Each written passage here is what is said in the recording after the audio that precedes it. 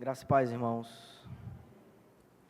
O Senhor me deu essa oportunidade, nessa noite, para expor, mais uma vez, a respeito de um tema do qual, na última vez que tive a oportunidade de pregar, falei sobre ele. Nessa noite eu gostaria de convidar os irmãos a abrirem as suas Bíblias na carta aos Hebreus. Hebreus capítulo 11. Aprove ao Senhor dar essa oportunidade a mim mais uma vez e vou aproveitá-la, pois nós estamos completando 500 anos de reforma protestante. E na última oportunidade que tive aqui, eu tive a oportunidade de expor aos irmãos a respeito da sola Escritura, através de um texto que encontra-se nos Evangelhos, dos discípulos que estão a caminho de uma aldeia chamada Emaús. E nessa noite, irmãos, nós iremos expor e refletir a respeito de um outro sola, em um outro texto, mas que irá reverberar a respeito de um grito tão poderoso que foi entoado em 1517, que é o Sola Fides. A carta aos Hebreus, no capítulo 11, nós iremos fazer a leitura aí do verso 1 da carta aos Hebreus até o verso de número 7. Hebreus 11, de 1 ao 7.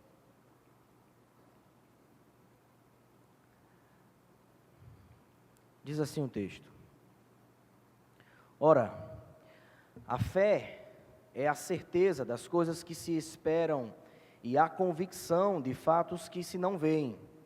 Pois pela fé os antigos obtiveram bom testemunho.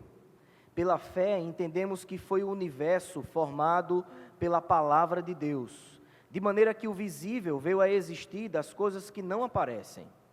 Pela fé, Abel ofereceu a Deus mais excelente sacrifício do que Caim, pelo qual obteve testemunho de ser justo e aprovado de Deus quanto às suas ofertas. Por meio dela também mesmo, depois de morto, ainda fala. Pela fé, Enoque foi trasladado para não ver a morte.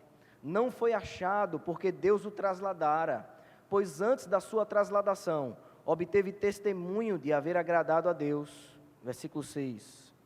De fato, sem fé é impossível agradar a Deus, porquanto é necessário que aquele que se aproxima de Deus creia que Ele existe e que se torna galardoador dos que o buscam. Pela fé, Noé, divinamente instruído acerca dos acontecimentos que ainda não se viam, e sendo temente a Deus, aparelhou uma arca para a salvação de sua casa, pelo qual condenou o mundo e se tornou herdeiro da justiça que vem da fé. Oremos. Senhor Deus e Pai, ajuda-nos nessa noite, Senhor, a ouvirmos a Tua voz. Tenha misericórdia de mim, ó Deus, a apenas ser um vaso em Tuas mãos, ó Deus, que transmite a riqueza da Tua palavra. Fala conosco nessa noite, Senhor. Abre os nossos corações. Dispõe, Senhor, as nossas mentes. Aquieta as nossas emoções e os nossos sentimentos, as nossas preocupações. Elimine-as, Senhor, de nossas mentes. Dá-nos, Senhor, a alegria e o prazer de sermos edificados nessa noite por meio da Tua palavra. Em nome de Jesus. Amém.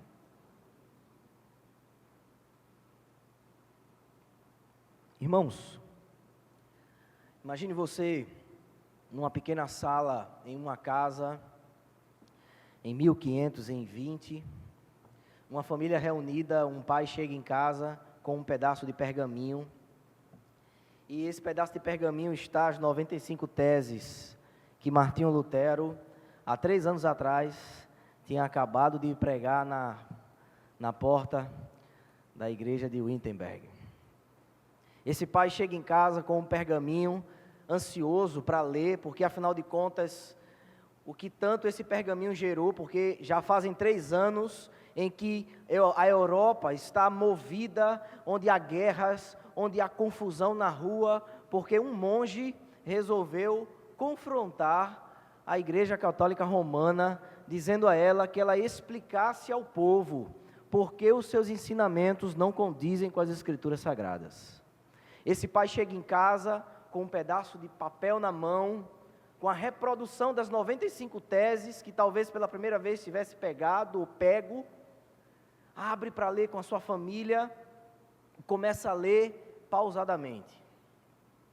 E começa a perceber que muitos dos ensinamentos que havia recebido, os textos bíblicos que estavam lá, questionavam aquelas atitudes que ele mesmo cria.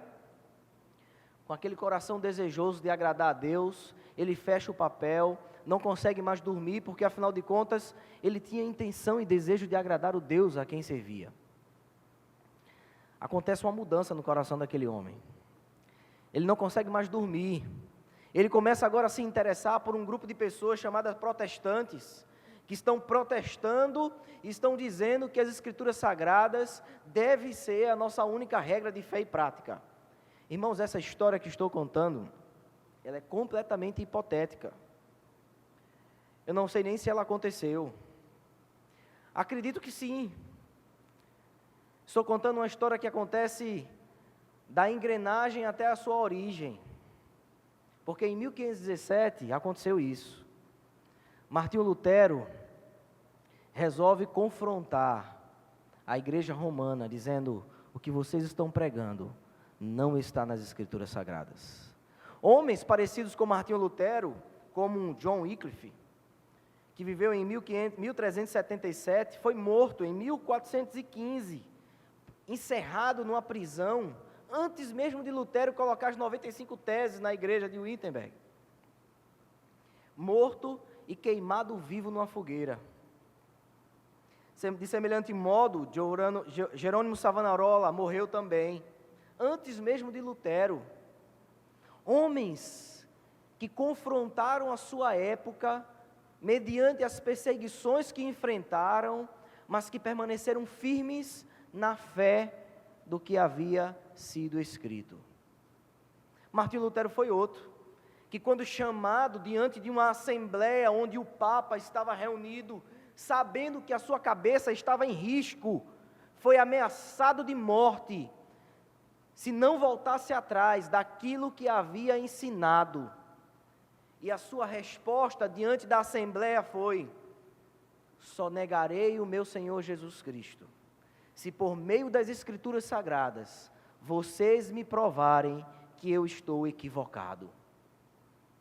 Homens que confrontaram, homens que não tiveram medo de serem mortos, homens que não tiveram medo de serem queimados vivos, por causa da fé em Cristo Jesus. Em 1517 explode um movimento do qual eu e você somos oriundos dele. Explode um movimento conhecido como Reforma Protestante, do qual esse ano nós completamos 500 anos de aniversário. Esse movimento produz 5 grandes pilares, 5 princípios dos quais resumiam o que esses homens tanto lutavam, morriam por eles, sofriam por eles. Se alguém na rua, lá em Roma, perguntasse: por que você é um protestante? Todo protestante dizia: nós somos protestantes porque reivindicamos 5 princípios, porque nós só cremos em Cristo, e nós só cremos também no que as Escrituras Sagradas ensinam, e isso é somente por meio da fé, e toda a glória é somente a Deus, e somente Cristo é o único caminho à salvação. 5 princípios: sola fide, sola Scriptura, sola Christus, soli Deo gloria e sola fide. Irmãos, nessa noite, eu teria a oportunidade de expor o que esse autor, que nós não conhecemos quem é, escreve aos Hebreus. Essa carta, nós não sabemos quem a escreveu. Até muito tempo antes, alguns acreditavam que tinha sido o apóstolo Paulo, o autor da carta aos Hebreus. Alguns hoje reivindicam que talvez tenha sido Apolo que tenha escrito a carta, porque afinal de contas existem algumas características e linguajares que Paulo não está acostumado a utilizar nessa carta. Nós não sabemos quem escreveu a carta aos Hebreus, mas sabemos qual foi o propósito pelo qual o autor escreveu essa carta. A questão é que, da mesma forma que em 1517, homens estavam sendo confrontados, perseguidos e tentados a voltar atrás, porque afinal de contas estavam perdendo suas vidas e confrontando uma seita religiosa que estava ensinando mais tudo que era contrário às Escrituras. Nessa época, a igreja estava passando por um momento de dificuldades. O autor aos Hebreus tem o objetivo de não permitir ou alertar, exortar aos irmãos a não voltarem atrás. Sabe por quê, queridos? Porque muitos já estavam tentados a abandonar Cristo e voltarem a ser judaizantes, porque os judeus estavam perseguindo eles. Há quem diga que essa carta foi escrita num período de paz. Há quem diga que a data em que essa carta foi escrita foi num período de perseguição. Existem motivos para acreditar em que em ambos ela pode ter sido escrita. Aqueles que afirmam que ela foi escrita num período de perseguição levantam a possibilidade de que muitos cristãos estavam tentados a abandonar Cristo por causa do sofrimento, porque eles estavam sendo perseguidos na rua, eles estavam morrendo, estavam perdendo seus empregos porque eram cristãos, e afinal de contas era tentador abandonar Cristo, era tentador voltar a ser um judeu de novo, era tentador voltar a ser um judaizante, porque afinal de contas Cristo já não estava mais entre eles não estavam vendo Cristo, então eles tinham que crer naquilo que não viam, e pelo contrário, o que eles estavam vendo estava produzindo sofrimento. Eles estavam sendo tentados a abandonar Cristo. Aqueles que defendem que essa carta foi escrita num período de paz, em que a igreja estava só passando por um período pacífico, alega que o que tentava os cristãos judeus a abandonar Cristo era exatamente a morbidade. Eu sou mais inclinado a pensar que é nessa situação. Porque na história da igreja, o sofrimento e a perseguição sempre produziu mais fé na igreja, sempre produziu mais conversão, sempre produziu mais evangelização, sempre produziu mais amor a Cristo, produz sempre o oposto do que o sofrimento traz. Mas sabe algo que sempre foi um perigo e um calcanhar de Aquiles à igreja? É quando a igreja está em paz com o mundo. Foi assim quando o imperador romano assumiu no ano de 313 e disse que a partir daquele momento todos os cidadãos de Roma deveriam ser cristãos. Acabou a perseguição em Roma. Resultado, surge a Igreja Católica Apostólica Romana. Em 8 séculos, a Igreja Romana proíbe a leitura da Bíblia dentro da própria igreja. Eu sou mais tentado a achar que essa carta foi escrita num período de paz. E a preocupação que o autor tem aqui é a mesma preocupação que nós temos hoje. Não faz sentido eu expor, porque afinal de contas nós não estamos vendo um abandono do Evangelho. Você deve estar pensando, Renato, nós não estamos vendo uns judeus crescendo em Recife. Pelo contrário, nós estamos vendo as igrejas evangélicas sendo produzidas a dezenas. Em cada bairro hoje você encontra pelo menos 15 igrejas evangélicas no mínimo. Cada uma na porta de uma garagem de alguém que alugou uma casa nova. Seria contraditório expor uma perseguição atual, onde nós estamos vendo tanto crescimento de um evangelho. Irmãos, o objetivo que tenho nessa noite é mostrar aos irmãos que a mesma tentação que esses cristãos judeus estavam sofrendo são os problemas que nós enfrentamos hoje. O aparente crescimento evangélico que nós temos em nossa cidade de Recife vai trazer e vai destacar nessa noite que nós estamos sofrendo um verdadeiro abandono da fé genuína do Evangelho. Meu objetivo nessa noite, irmãos, é evidenciar a fé verdadeira, é mostrar como uma fé verdadeira, ela pode ser evidenciada em nossas vidas, como nós podemos, diante das adversidades que enfrentamos e diante dos problemas dos quais nós estamos inseridos, como permanecer firmes, ainda que não estejamos apanhando na rua, porque estamos a caminho da Igreja Presbiteriana de Largo da Paz. Ainda que não estejamos perdendo nossos empregos, porque somos membros da Igreja Presbiteriana de Largo da Paz. Esse é o meu objetivo nessa noite, é convidá-lo a me acompanhar na leitura, que está aí no capítulo 11. Me acompanhe na leitura do capítulo 11. Evidências de uma fé verdadeira. Versículo 1. Ora, a fé é a certeza de coisas que se esperam e a convicção de fatos que não se veem. Esse é um texto conhecido entre nós. Esse é um texto do qual diz que é a melhor definição para o que significa fé. Mas o meu objetivo nessa noite é mostrar através do exemplo de três homens do qual o autor aos Hebreus destaca para mostrar como uma fé verdadeira e genuína é exemplificada na vida desses homens. E esses homens, nós lemos aí do versículo 4 até o verso 7, Abel, Enoque e Noé.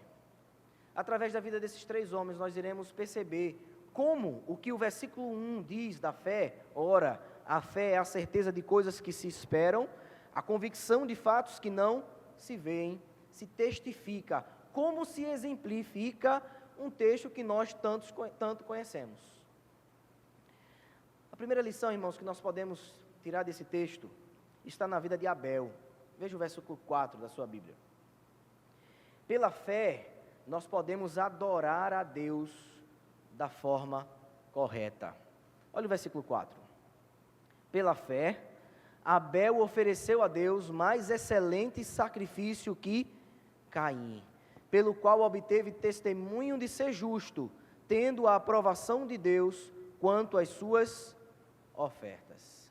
O primeiro personagem do qual temos é Abel. Nós não sabemos muita coisa a respeito de Abel. Abel tem uma passagem rápida na história da humanidade. Para quem não lembra da história de Abel, lá em Gênesis, a passagem de Abel na história da humanidade é curta. O autor vai relatar, Moisés vai relatar lá em Gênesis, que Adão e Eva teve 2 filhos, Abel e Caim. Ambos cresceram no mesmo ambiente religioso, cresceram dentro da mesma família. E nós sabemos que Adão e Eva não só teve Abel e Caim como filhos. Afinal de contas, não seria possível povoar uma terra tão grande quanto a nossa, apenas com 2 filhos. Mas o texto vai relatar a história deles dois. Quem era Abel? Nós não temos muita informação sobre Abel, mas temos algumas informações sobre Abel. O autor vai relatar informações que lá em Gênesis nós não encontramos a respeito de Abel.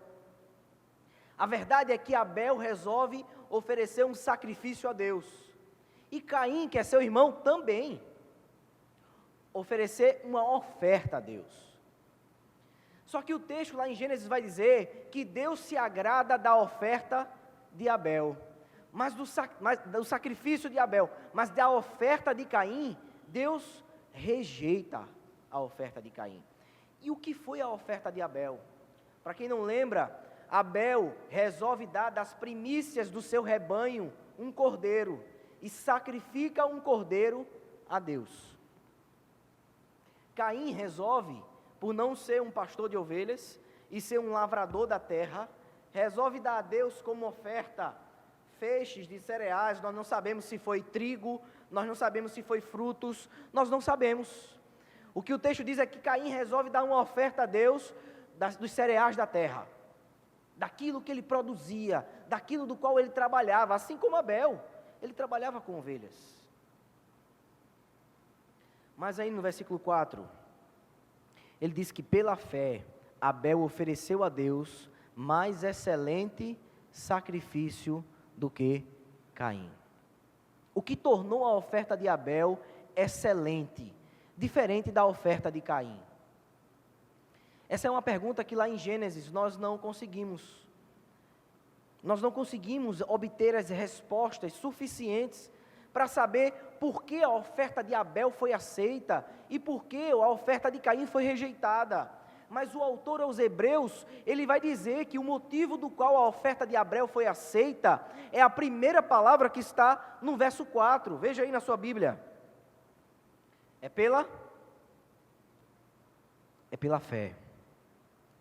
Não foi a oferta de Abel. E aí me permita fazer um comentário a respeito disso. Há quem diga que o motivo do qual a oferta de Abel foi aceita é porque foi o primeiro sacrifício. É possível nós pensarmos nisso. Que o motivo do qual Deus se agradou de Abel foi a forma como Abel resolveu sacrificar. Abel matou um cordeiro. E adivinha por que isso agradou tanto a Deus? Porque o sistema sacrificial seria exatamente o meio pelo qual Deus havia escolhido para que o povo se aproximasse dele. Então é possível nós pensarmos que o motivo do qual Deus se agradou de Abel foi a forma como Abel ofereceu o culto, a forma como Abel ofereceu a sua oferta. Ele sacrificou. É possível nós pensarmos nisso. Alguns comentaristas chegam a concluir que o sacrifício é o que tornou o coração de Deus agradável diante de Abel. Mas, irmãos, o autor aos Hebreus não diz que foi a oferta de Abel que fez com que Deus se agradasse dele. Ele diz que o que tornou a oferta de Abel aceitável foi a fé. Isso nos leva a pensarmos em algumas coisas. É que sem fé não dá para haver adoração verdadeira. Sem fé, a adoração não é aceita. Abel e Caim foram os primeiros exemplares disso no nosso universo.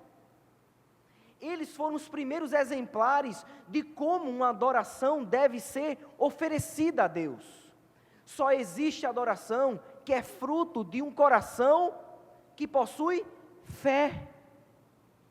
Mas falar de fé é complicado, porque quando nós falamos de fé, fé tornou um significado em si mesmo em nossos dias. Fé tornou um significado onde, se eu falar fé, você sabe o que é. Mas, na verdade, fé não tem um significado em si mesmo. Porque nós somos justificados mediante a fé. Então, aquilo que é mais importante da fé não é o seu significado, é o seu objeto. É a quem ela aponta. É por isso que não existe fé nos ímpios, apesar de tantos ímpios andarem com a camisa com o nome fé. É por isso que nos carros que nós vemos na estrada, nos semáforos, eles dizem que sem fé é impossível agradar a Deus. E você sabe muitas vezes que ele nem é um cristão redimido. Mas se você perguntar a um homem que nem ama a Cristo, que nem ama a Deus, ele vai dizer, eu tenho fé em Deus. Mas fé não é isso. Fé não é acreditar em alguma coisa, porque acreditar é algo que é sobrenatural. E sobrenatural só pode acontecer quem foi alvo de um sobrenatural. É por isso que a oferta de Caim não foi aceita, porque ela não foi mediante a fé. Mas fé em quê, Renato? Irmãos, Adão e Eva provavelmente foram instruídos por Deus de como deveria ser uma adoração e um culto. Porque eu não sei se os irmãos se lembram, quando Adão e Eva pecaram, o que foi que Deus fez para cobrir a nudez deles? Deus colocou peles de um animal. Significa que o próprio Deus fez o primeiro sacrifício. O primeiro sacrifício. Abel provavelmente sabia, ele foi orientado pelos seus pais de como é possível se aproximar de Deus. Só é possível se aproximar de Deus por meio da revelação, por meio da promessa que foi feita. Só era possível se aproximar de Deus por meio disso. Abel resolve então cumprir com o que foi instruído por seus pais e resolve oferecer um cordeiro.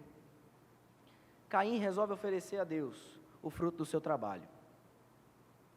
Deus se agrada da oferta de Abel, mas não se agrada da oferta de Abel porque Abel tinha fé em qualquer coisa. Fé não é você acreditar loucamente, como se nada existisse, se você continuasse acreditando e nem precisasse de um objeto para acreditar. Isso não é fé. Fé está ligado ao objeto dela, é as promessas de Cristo. É por isso que só tem fé quem é regenerado. Só existe adoração numa igreja se a igreja for regenerada. Irmãos, a primeira lição que nós temos diante do que foi reverberado em 1517 é isso. É que a igreja católica tanto ensinava que salvação, que se aproximar de Deus, poderia e era possível por meio das suas obras. Só bastava você rezar 30 Ave-Marias. Só bastava você se ajoelhar e rezar talvez 50 Pais Nossos. Só bastava você talvez fazer uma oferta à igreja. E isso seria importante para que você de alguma forma recebesse de Deus algum favor. Aqueles homens no passado disseram não. Adoração só é possível mediante a fé.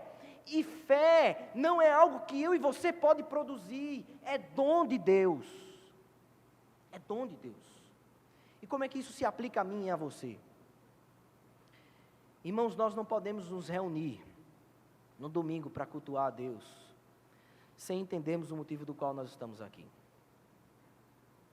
Nos prepararmos para uma adoração é resultado de um testemunho de fé. Não dá para cultuar da mesma forma como você se arruma para ir no shopping. Já parou para pensar nisso? O que foi que passou na sua cabeça 1 hora antes do culto hoje? O que foi que passou na sua mente? Você sabe me dizer o que foi que passou na sua cabeça quando você estava se arrumando para vir cultuar? Porque se você nem se lembra o que se passou na sua cabeça, é porque você continua vindo cultuar como se você se arruma para ir ao shopping. É como você se arruma para ir fazer qualquer outros afazeres durante a semana. Irmãos, adoração é fruto de fé. Não dá para adorar de qualquer forma. É por isso que o nosso catecismo diz que guardar o dia do Senhor é uma obediência, é mandamento. O culto, em culto público, nós devemos nos preparar para ele. Quando nós vamos nos reunir para dizer, hoje irei cultuar e agradecer o Deus da minha salvação, não dá para eu sair de casa e chegar aqui, quando for questionado o que foi que passou na minha mente, eu nem me lembrar. Isso talvez mostre que você continua vindo cultuar, assim como tantos faziam há anos e anos atrás, rezando 50 Ave-Marias, rezando 50 Pai Nossos. Tem que ser algo de dentro para fora. Você não pode vir aqui automaticamente. Homens morreram pela fé genuína. Já parou para pensar nisso? Abel teve a sua oferta aceitável, porque foi fruto de fé. Isso nos leva ao segundo personagem. E desse nós temos muito menos informação ainda. Olha o versículo 5 da sua Bíblia. Pela fé, Enoque foi trasladado para não ver a morte. Não foi achado porque Deus o trasladara, pois antes da sua trasladação, obteve testemunho de haver agradado a Deus. Acontece com Enoque algo de ficção científica. Quem gosta de filme de ficção científica, você consegue encontrar algumas coisas na Bíblia. Em um versículo nós vemos 3 palavras se repetindo: trasladado. Trasladado, trasladado, trasladação. O autor faz questão de mostrar que esse personagem Enoque, se nós temos pouca informação de Abel, ainda temos muito menos de Enoque. Enoque vai aparecer lá em Gênesis, no meio de uma genealogia, e vai dizer, fulano gerou a Ciclano, Ciclano gerou a Beltrano, e me perdoe, eu não me lembro o nome de todos deles agora, e ele gerou a fulano, e quando chega em Enoque diz assim, e fulano gerou a Enoque. Aí o texto para, no meio de uma genealogia, e diz assim, e Enoque andou com Deus, e já não mais era. Aí depois ele continua a genealogia. Ele para a genealogia para dizer, epa, mas esse aqui foi especial. esse homem aqui, ele nem provou a morte. Enoque foi o primeiro homem a não provar a morte. Você já parou para pensar nisso? Teve o segundo, foi Elias. E vai ter um bocado também, porque o que aconteceu com Enoque vai ser o que vai acontecer com aqueles que estiverem vivos na segunda vinda de Cristo. Eles não vão provar a morte. Os seus corpos serão glorificados.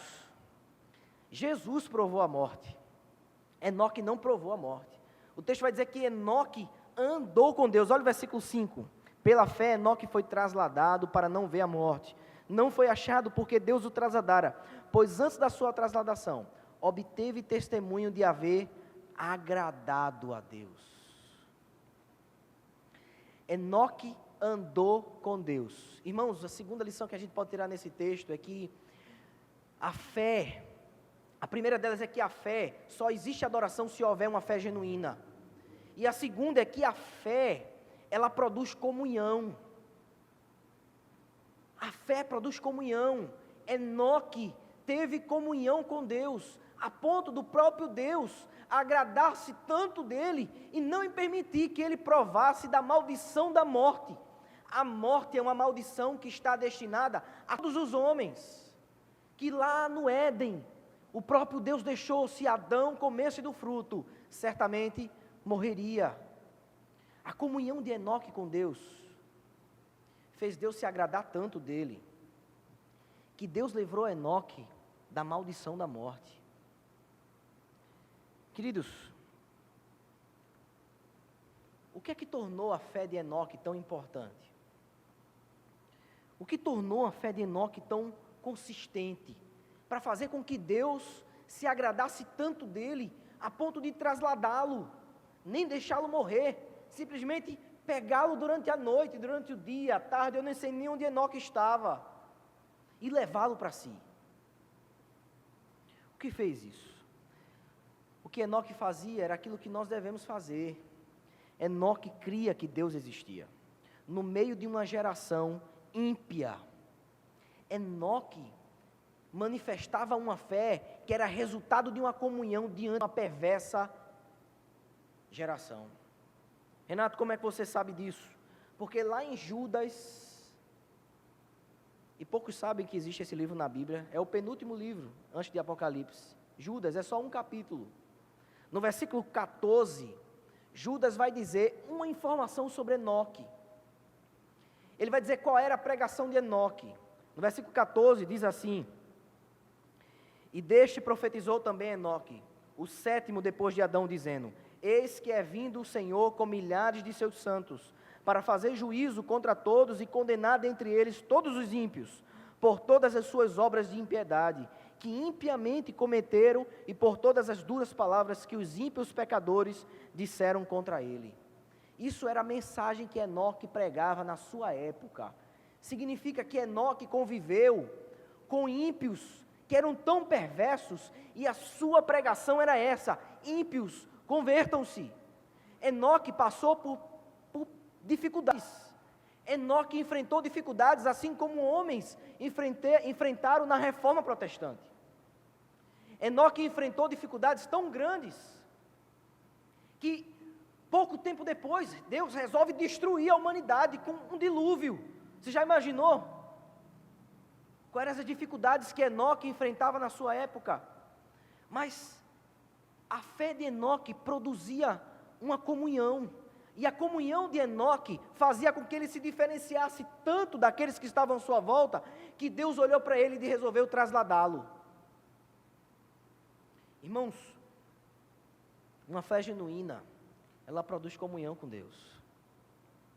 Uma fé genuína produz comunhão. Isso nos mostra que não dá para manter comunhão com Deus se nós mantemos comunhão com aquilo que não pertence a Deus. Não dá para manter comunhão com o mundo, por exemplo. A pregação de Enoque era: ímpios, vocês estão em pecados, arrependam-se. Essa era a pregação de Enoque. Quando foi a última vez que você usou um termo pecado para falar para algum amigo seu? Você já parou para pensar nisso? Quando foi a última vez que você lembrou um colega seu de trabalho, de escola, e disse a ele: você está pecando contra Deus com sua vida? Você consegue se lembrar? A última vez que você usou esse termo, pecado. Irmãos, não dá para manter comunhão com Deus enquanto a nossa comunhão com o mundo for tão grande, em que nós nem nos lembremos quando foi a última vez que nós evangelizamos. Você sabe quando foi a última vez que você falou de Jesus Cristo para alguém? Você se lembra a última vez que você discipulou alguém? Você se lembra quando foi a última vez que você reservou tempo para orar por alguém? A pergunta, irmãos, que nós devemos fazer é que fé produz comunhão.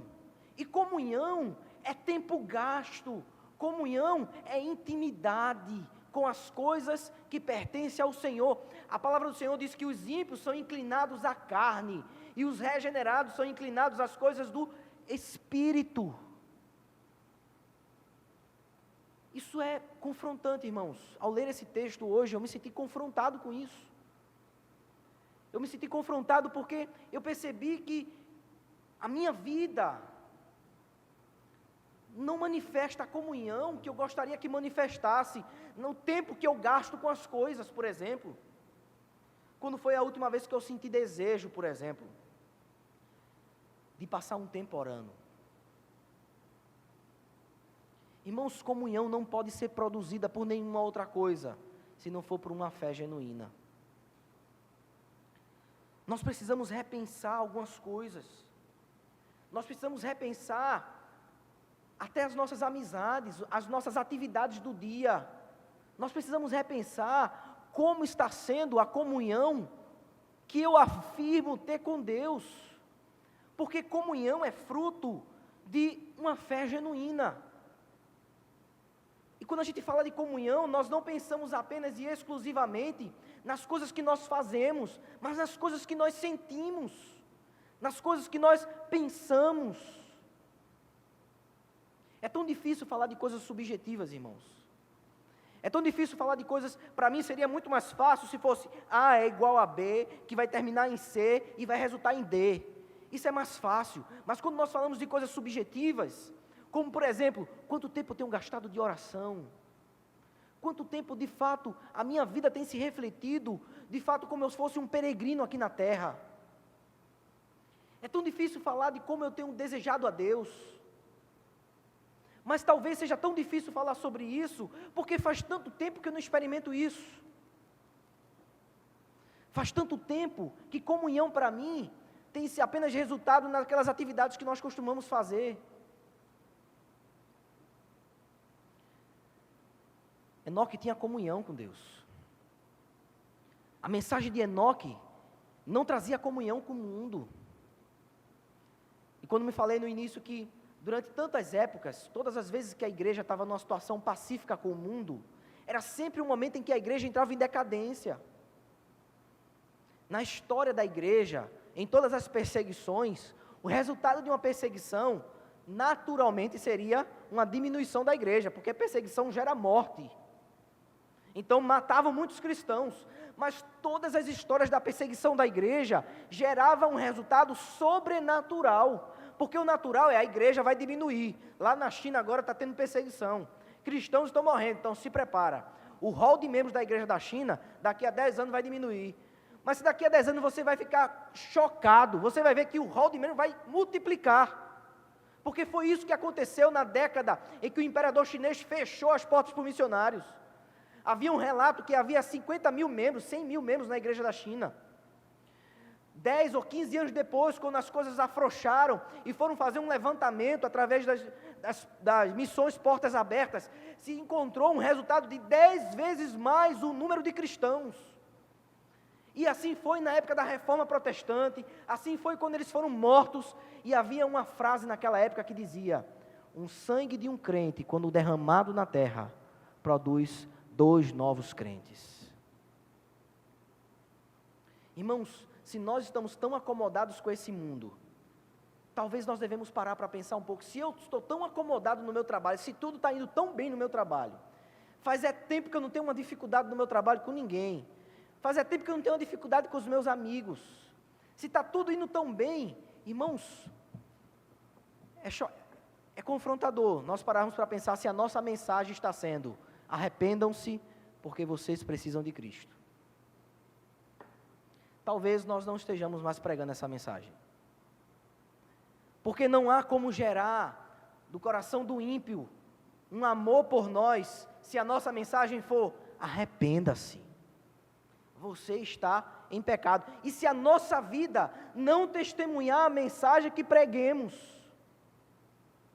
Então, queridos, comunhão com o mundo é questionável, se de fato a nossa comunhão com Deus está existindo. Isso nos leva ao terceiro personagem dessa noite, e último. E dele nós temos muito mais a falar. A Bíblia separa quase 4 capítulos para falar de Noé. Olha o versículo 7 da sua Bíblia, capítulo 11.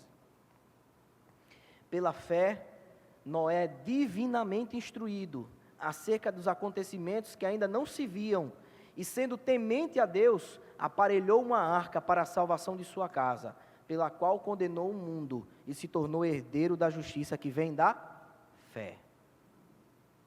Sobre este nós temos muito mais a falar. Afinal de contas, todos nós conhecemos a história de Noé. Quem não aprendeu na escola dominical a desenhar uma arca e a história de Noé, que é tão contada e tão ensinada? Noé é um personagem que surge tempos depois de Enoque. E a perversidade na época de Noé era muito maior que a perversidade na época de Enoque, a ponto de Deus olhar para a terra e não achar nenhum justo, um sequer. Ele apenas encontra um homem chamado Noé. Ele olha para a terra e encontra apenas um homem que havia guardado a revelação que foi dada a Adão e a Eva.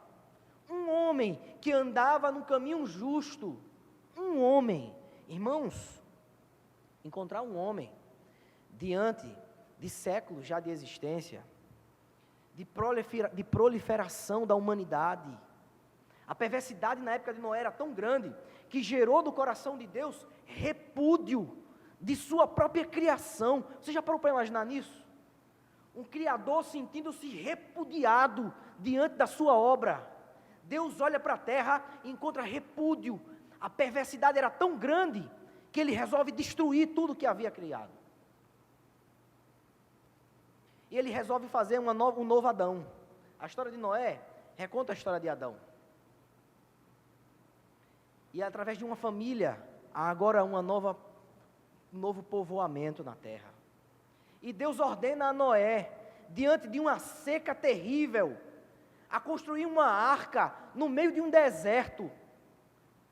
Irmãos, isso é fé. Noé, loucamente, porque talvez esse deveria estar sendo o seu apelido, começa a construir um barco enorme, no meio de um deserto. E eu gosto do Augusto Nicodemos, quando ele está explicando esse texto, ele diz o seguinte, ele diz que talvez Noé tenha virado até um ponto turístico. Já parou para pensar nisso? Porque a construção da arca durou 120 anos. Já imaginou que naquela época, talvez a arca de Noé, o próprio Noé, tenha virado um evento turístico na cidade? Uma arca é algo notório, não era algo que passasse desapercebido. Em 120 anos, já parou para imaginar isso? O que Noé era alvo de zombaria, como Noé e sua família foi alvo de zombaria, como talvez pessoas que chegassem à cidade mais próxima e dizem assim, olha, eu cobro 50, talvez seja lá a moeda que era, para levar você para conhecer a arca de um louco que está construindo no meio de um deserto. Tem um doido construindo a arca no meio de um deserto, a gente cobra tanto. Talvez Noé tenha virado evento turístico da cidade, zombaria, os seus filhos eram caçoados, ele mesmo sofreu, talvez, terrível perseguição por causa disso. Um louco construindo uma arca no meio de um deserto. Porque Deus disse a ele, construa. E pela fé, ele não viu a chuva. Ele nem viu as nuvens. E ele começou a construir uma arca. Irmãos, a terceira e última lição que a gente consegue tirar nesse texto é que uma fé genuína, ela gera obediência. É por isso que é incompatível a fé que nós professamos diante de uma vida que não praticamos. O Augusto Nicodemos tem um livro que é conhecido, e ele chama esse livro de O Ateísmo Cristão. Ele costuma dizer que em nossos dias, nós estamos enfrentando um dos principais problemas entre os cristãos em nossas igrejas. É que a fé que eles professam não conseguem ser percebida através das atitudes que eles praticam no dia a dia. Então eles não precisam mais gritar por aí que eles são ateus. Eles gritam com as suas vidas, apesar de virem às igrejas todos os domingos e de virem aos cultos de oração todas as terças e de participarem de todos os cultos de doutrina todas as quintas. Por quê? Eles dizem ter uma fé que não são exemplificadas através de suas atitudes, através da sua vida. Uma fé genuína gera obediência.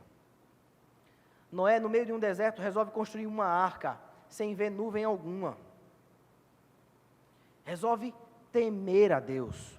Aí no versículo 7, na parte B, ele vai dizer que Noé, divinamente instruído acerca dos acontecimentos que ainda não se viam, e sendo temente a Deus. Temente a Deus. Noé temeu a Deus. Noé temeu a Deus.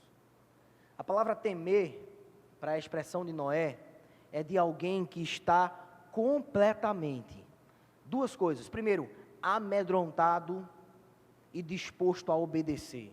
Porque a instrução que Noé recebeu de Deus, sabe qual foi? Noé, eu vou matar a humanidade. Vou levar os animais para dentro da arca e a sua família, mas eu vou matar a humanidade. Noé teve medo de Deus. Temor é isso, irmãos. É nós sabermos a quem nós devemos servir. É saber da capacidade que ele tem. É de saber as consequências da não obediência. É de saber os resultados daquele que não teme a ele.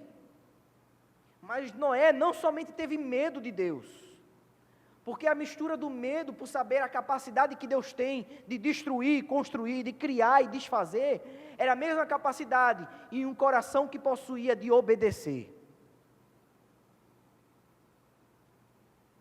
Isso nos leva a pensar, irmãos, que o resultado da obediência de Noé salvou a sua família e salvou a sua vida.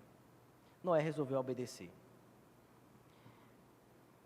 E diante desses três homens, irmãos, diante do resultado de exemplo de fé como esses, porque por muito tempo nós ouvimos que a fé é a certeza de coisas que se esperam, a convicção de fatos que não se veem, isso nós costumamos ouvir, mas o autor aos Hebreus não achou que era suficiente, ele precisou mostrar, olha como essa verdade se exemplifica na vida de homens que viveram no passado. E ele começa a contar, se você for ler ainda o capítulo 11, que é conhecido como os heróis da fé, você vai ver homens aí, você vai ver mulheres, você vai ver a época dos juízes, e ele vai dizer no final, dizendo, e olha que eu nem posso relatar todos, mas o que havia em comum entre todos estes, é que eles eram homens e mulheres de fé. E quando nós temos fé, nós não voltamos atrás diante das dificuldades que nós enfrentamos. Quando nós temos fé, nós não abandonamos a vida de obediência por causa de um câncer. Quando nós temos fé, nós não abandonamos a comunhão com Deus por causa de 3 anos de desemprego. Quando nós temos fé, nós não abandonamos o nosso Deus, porque afinal de contas, o meu filho, que eu só tinha um, faleceu num acidente de carro. Quando nós temos fé, essa fé se resulta em comunhão, ela resulta assim em obediência, independente das circunstâncias em que nós enfrentamos. Em 1517, homens saíram gritando pela Europa, não aceitamos Muitos foram mortos, muitos foram queimados vivos, mas eles eram movidos por fé. Eles não estavam vendo nada, mas eles tinham certeza daquilo que Deus tinha feito neles. É por isso que eles não cantavam naquela época: eu não morrerei, se o Senhor não cumprir em mim. Eles não gastavam tempo cantando bobagens como essa, porque muitos deles morreram sem consumir a promessa. Muitos deles morreram queimados vivos, sem nem ter visto Cristo chegar. Muitos deles morreram queimados, cerrados ao meio, e eles não viram a promessa, mas eles acreditaram na promessa. O que movia o coração daqueles homens não era a realização do fato, era porque eles criam que Deus era fiel para cumprir, ainda que eles não vissem, ainda que eles não provassem, ainda que eles não estivessem vivos, mas eles acreditavam, e se fosse necessário, essa fé levava eles até as últimas consequências. Esse foi o grito de 1517. Esse foi o grito que fez homens e mulheres arriscarem a própria vida, dizer: eu sou um homem movido por fé. E é isso que nós devemos fazer como igreja. Nós somos homens, mulheres movidos por fé. Não é fé de qualquer fé, não é crer em qualquer coisa. Nós cremos em alguém que nos prometeu que voltará, e que disse que no mundo nós teremos aflições, mas que nós tivéssemos bom ânimo, porque Ele venceu o mundo. E que nós propagássemos essa mensagem aos outros, porque afinal de contas, a fé gera testemunho. E que nós não nos acomodássemos com o mundo que nós vivêssemos e dissesse ao meu colega de trabalho: vá para o inferno em paz. Que nós não disséssemos aos nossos parentes: vão para o inferno em paz. Não foi por essa fé que esses homens morreram. Era uma fé que produzia testemunho. Era uma fé que levava até as últimas consequências, de seu amigo nem querer olhar mais na sua cara, depois que você apresentar Jesus Cristo a ele. É por essa fé, irmãos, que nós agradecemos ao Senhor, porque nesse ano, nós completamos 500 anos de reforma protestante.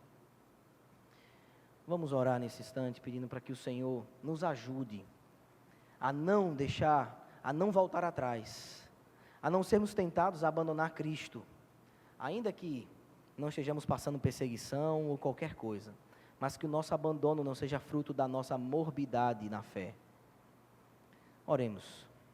Senhor Deus, fala conosco nessa noite. Senhor, obrigado por ter falado conosco. Ajuda-nos, Senhor, como igreja, a viver essa fé. Ajuda-nos como igreja a caminhar de acordo com essa fé. A como igreja, Senhor, testemunharmos aos homens que estão à nossa volta, aos nossos irmãos de família, aos nossos colegas de trabalho, aos nossos parentes em casa. Ajuda-nos, Senhor, a serem homens e mulheres que pela fé foram justificados, que pela fé foram salvos. Ajuda-nos, Senhor, a essa verdade tão sublime ser exemplificada em nossas vidas, assim como foi na vida desses homens, assim como foi na vida de todos os homens que morreram no passado, que viveram no passado também.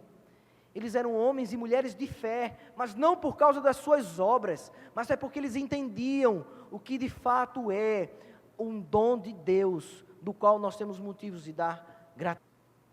Ajuda-nos a ter um coração grato diante de Ti, Senhor, pela fé que possuímos, pela fé que não nos faz voltar atrás diante das dificuldades, pela fé que nos faz permanecer firmes, olhando para frente, guiados pelo Senhor, olhando para o autor e consumador da nossa fé, para o objeto da nossa fé, que é o Senhor Jesus Cristo. Obrigado, ó Deus, obrigado pelo grito do Sola Fide, que foi reverberado há 500 anos atrás. Nós te agradecemos em nome de Jesus. Amém.